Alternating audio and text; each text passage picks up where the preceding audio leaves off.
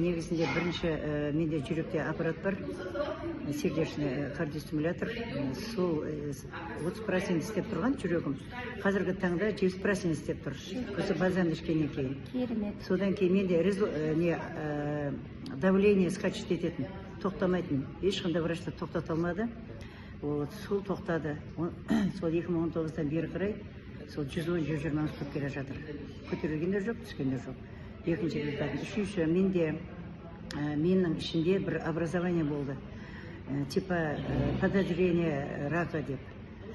Оны ешқандай олар дәрі берген жоқ. Мен тек қана осы бальзамды ішіп келіп, биылғы жылы қарасам, ешқандай менің ішінде еш нәрсе жоқ, тап-таза болып шықты.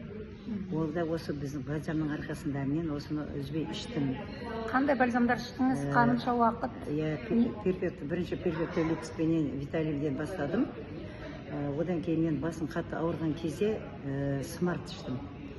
Осы смарт, Құдай қаласа деп айтайын, мен басымның ішіндегі образованияны жоқ болды ғой. Керемет, мен өзім қуандым, алғаш кезде қорқтым, әрине одан әрін қорқады. Қазіргі таңда мен рахметімді айтып отырмын. Басымда бәрі қойып, өз қалпына келді, образование кетті, қазір ешқандай не жоқ. Одан кейін маған биылғы жылы, не қылды, маткіде эрузия бар деді, тоже раққа жақындап қалған. Оны да жаңа тексертті, гистологияны Алматыға жіберіп тексертті. Яғни сол емделгеннен кейін, осыны бір ай ішкеннен кейін. Қандай іштіңіз? Қай бальзамдар? Сол бұл жерде де перфекто, Виталий, гармония іштім и смарт. Неше уақыт іштіңіз? Сол бір ай іштім. Маған солай назначат етті. Бір күнде неше рет іштіңіз? Бір күнде гармонияны 2 мезгіл. Неше каплядан? Бірден бастадым 5-ке дейін. Қазіргі таңда да ішіп жатырмыз 5 капля. Өте жақсы екен. Содан кейін гелді қойдым, итім гелді қойдым, 3 пачкасын қойдым.